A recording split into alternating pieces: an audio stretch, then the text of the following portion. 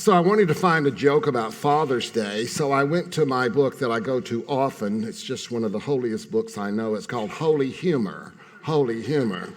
And I thought this might be appropriate for me this morning, not necessarily you. Okay, Holy Humor, where are you? When a young minister was still single, he preached a sermon he entitled Rules for Raising Children. After he got married and had children of his own, he changed the title of the sermon to Suggestions for Raising Children. When his children got to be teenagers, he stopped preaching on that subject altogether.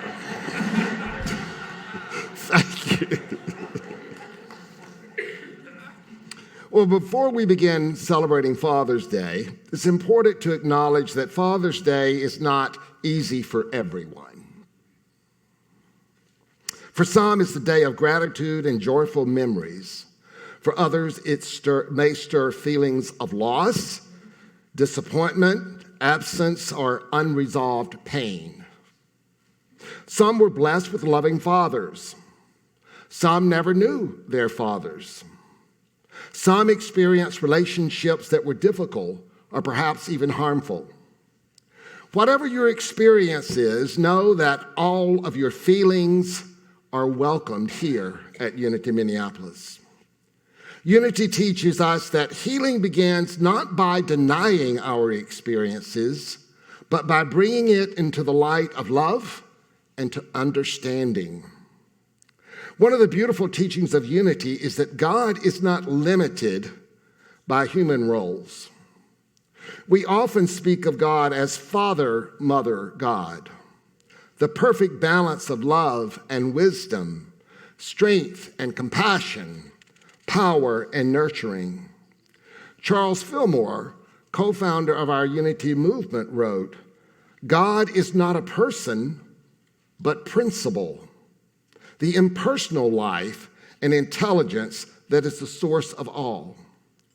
When we speak of Divine Father, we are not speaking of human Father. We're speaking of the aspect of God that expresses as strength, protection, wisdom, guidance, faith, and steadfastness. Likewise, the Divine Mother expresses as love, compassion, intuition, nurturing, and creative power. The spiritual journey invites us to honor both dimensions within ourselves, Father and Mother.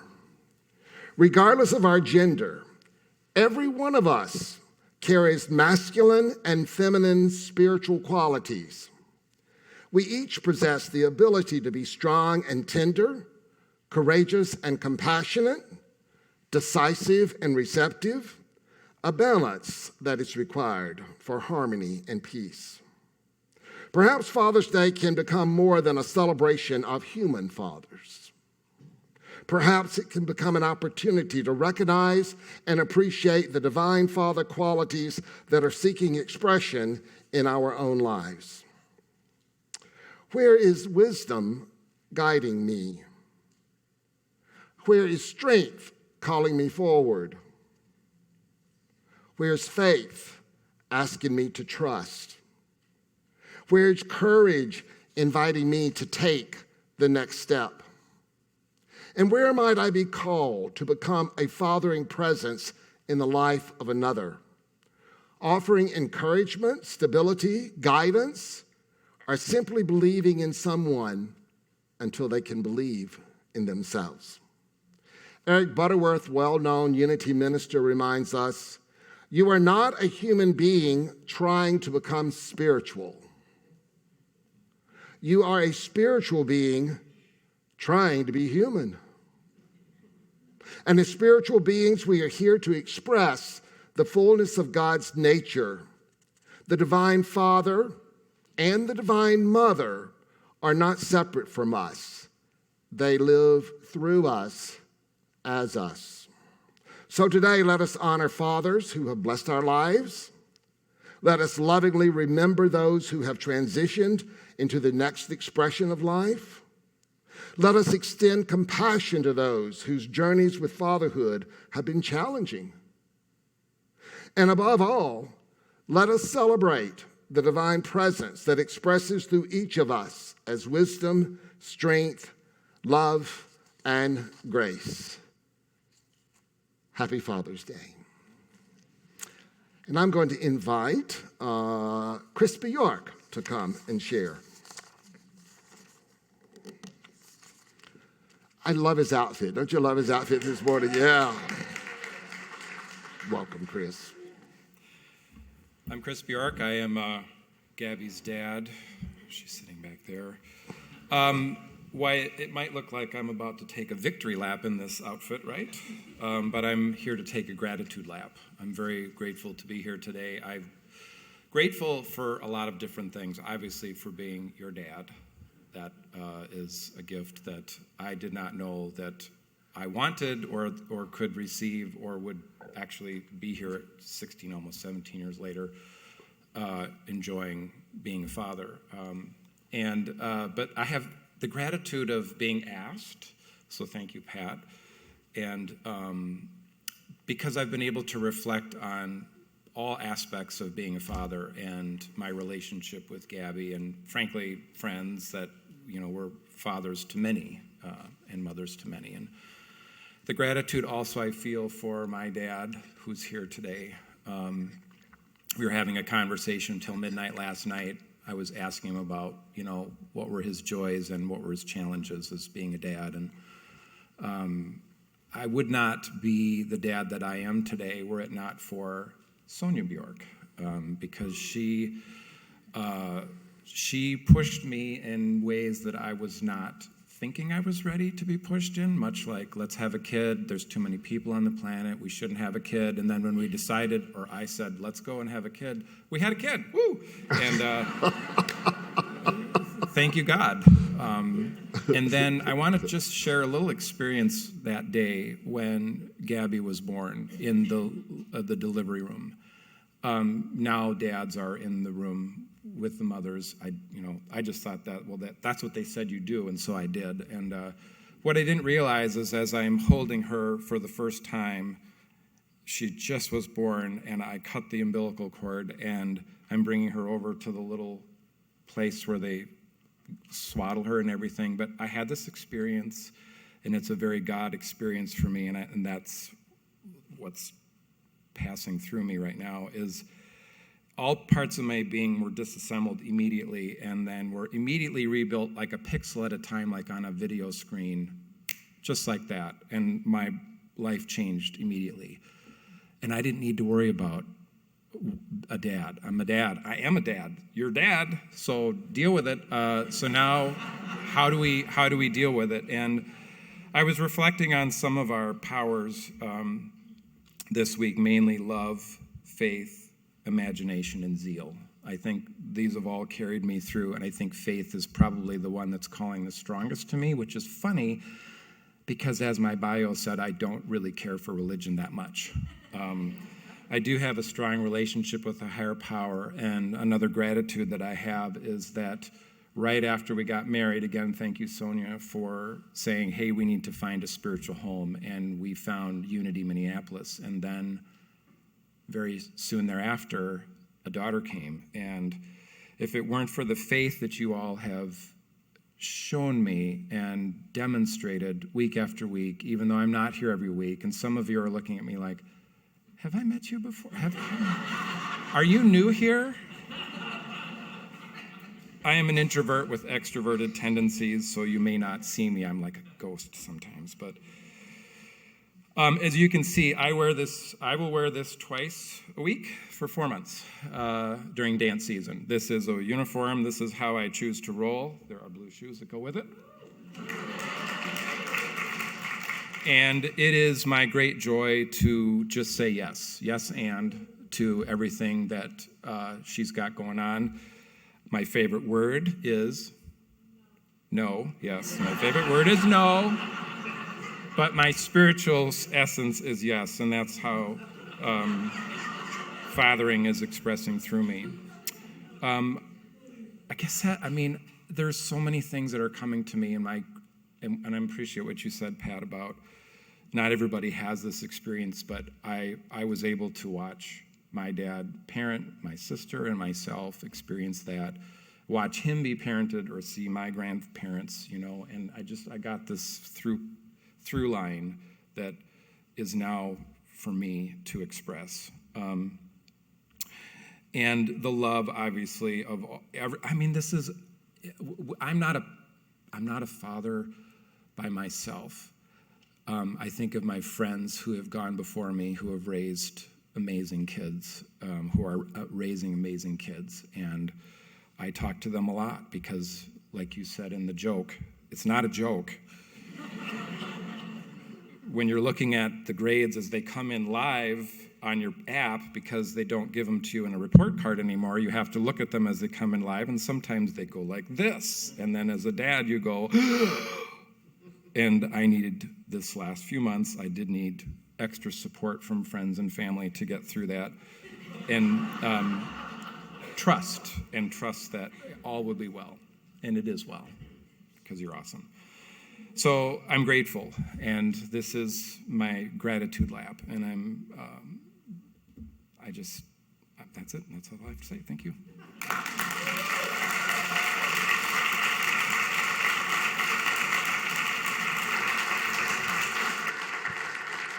Christos, Jensen.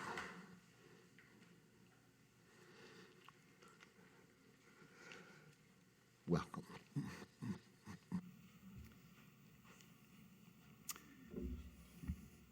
Hello, I'm a little shorter as a dad. Peace be with you all. Thank you for your kind accommodation of my pace. I just ran Grandma's Marathon yesterday, and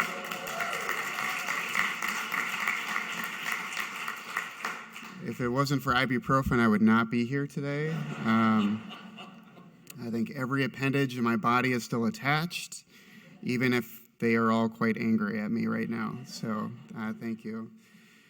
So my name is Christos Jensen, and I am the fortunate son of Glenn and Lynn Jensen, who are members of this church, longtime members of this church. It was in 1989 that we moved to Golden Valley from South Minneapolis, and I, at the time, was the age of 9, the same age as my son, Ellis, now, who's up in Sunday school. I attended Sunday school here. I attended Uniteens. I was in YOU. I was a YOU sponsor in college out in Portland, Oregon, and then I came back here briefly to be a sponsor for Uniteens before a lot of adulting in life sort of pulled me off in different directions.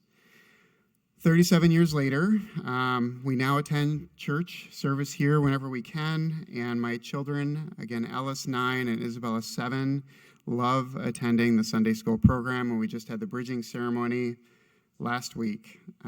It's last week or the week before, but they had a really great time, and thank you all for that.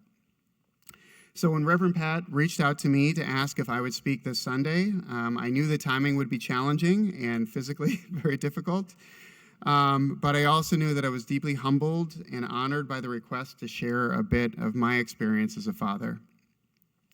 So much of my understanding as a father comes from my father, my dad, Glenn, and I'm sure from his father and generations into the past. He showed up whenever he could to offer support, provide advice, nurture my interests, whatever they may be.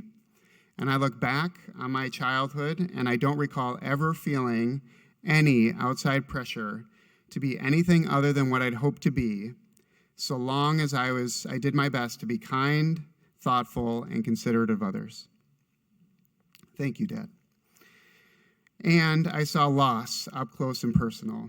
So my little sister, Karen Lynn Jensen, developed a rare form of brain cancer at the age of 1, and I was 11 at the time.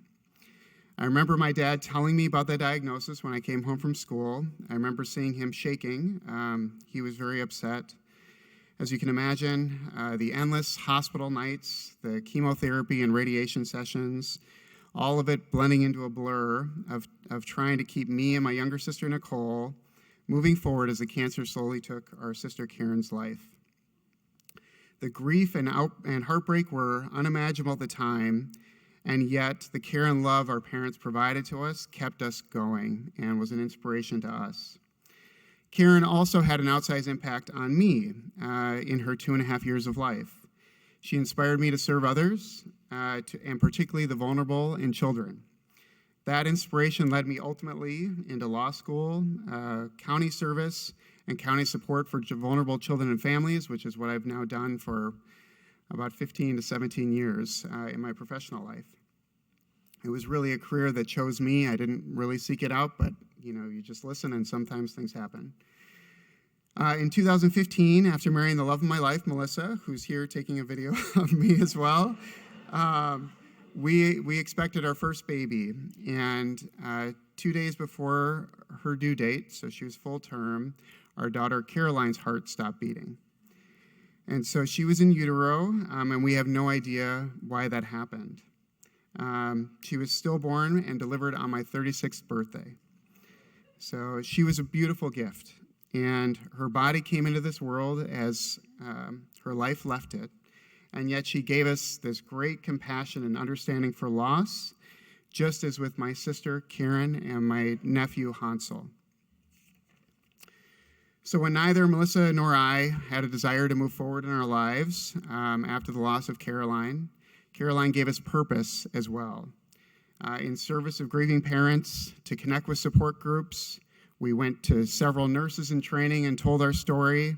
A whole crew came to our house with video cameras, and my dad graciously watched the kids while they took pictures of us from every angle and published it across the Maple Grove hospital system, and to share how beautiful the understanding is from loss, to connect with others, and that's across cultures, across generations, and across the human experience.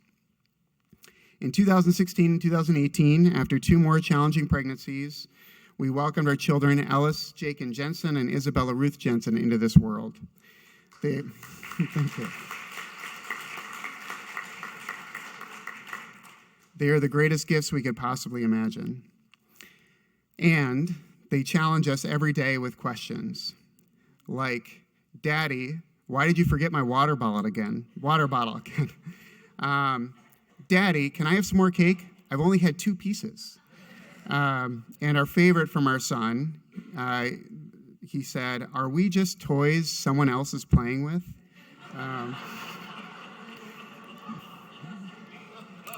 They'll throw you for a loop, right? And they fight, epic fights. And they laugh with reckless abandon. They don't listen to us. We think our voices often must be inaudible, and we look to each other to see if we're actually talking. And they love with a wholeness of heart, deeply, sensitively, and beautifully. They are sponges soaking up every moment with an innocence and a curiosity that is to be treasured, nurtured, and we try to gently challenge for growth. And they have taught me that nothing is more important in my life than being the best father and husband that I can be. This is especially challenging in the current time of our lives. So I recently made the hopeful and deeply reckless decision to run for state representative in our district in Eagan, Minnesota, where, thank you,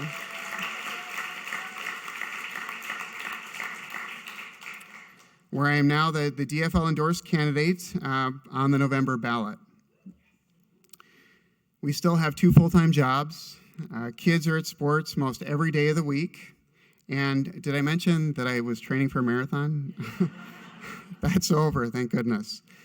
And yet every day of this campaign, as tired and exhausted as I am at times, my recharge is thinking about my and our children and their future.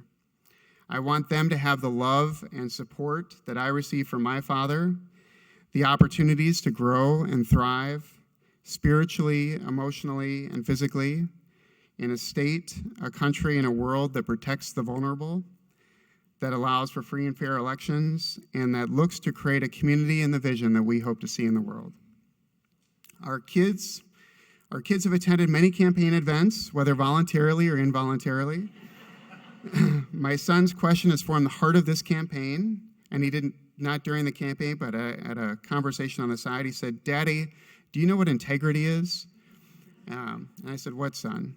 He said, "Integrity is doing the right thing when no one else is watching." And my daughter offers me cogent campaign speaking advice. She says, "Daddy, is your favorite word?" Because you say it a lot. I just said it. They and Melissa keep me balanced when I need it the most. However this campaign turns out, and however life turns out, my kids teach me every day to be there for them, to be a support, to be a light, to be present, to listen, to slow down, to be humble, to be goofy like a monkey, to be goofy like an elephant, to learn, to have patience, to be sad, to be happy, to know that I don't have all the answers, to feel deeply and genuinely, to let go and let God, and to love. To me, that is being a father, and I pray every day that I may be guided to show up to this incredible opportunity that they have given me and the journey that we are on, and do the best that I can to support them with as much or as little cake as possible. Thank you.